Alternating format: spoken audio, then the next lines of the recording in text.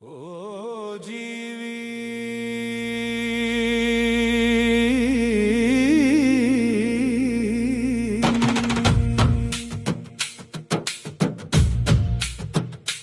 నన్ను వెతకకు, ముందు నిన్ను నీవు వెతుకు. నేను దూరమైన ఆకాశం కాదు, నీ శ్వాసలోని నిశ్శబ్దం.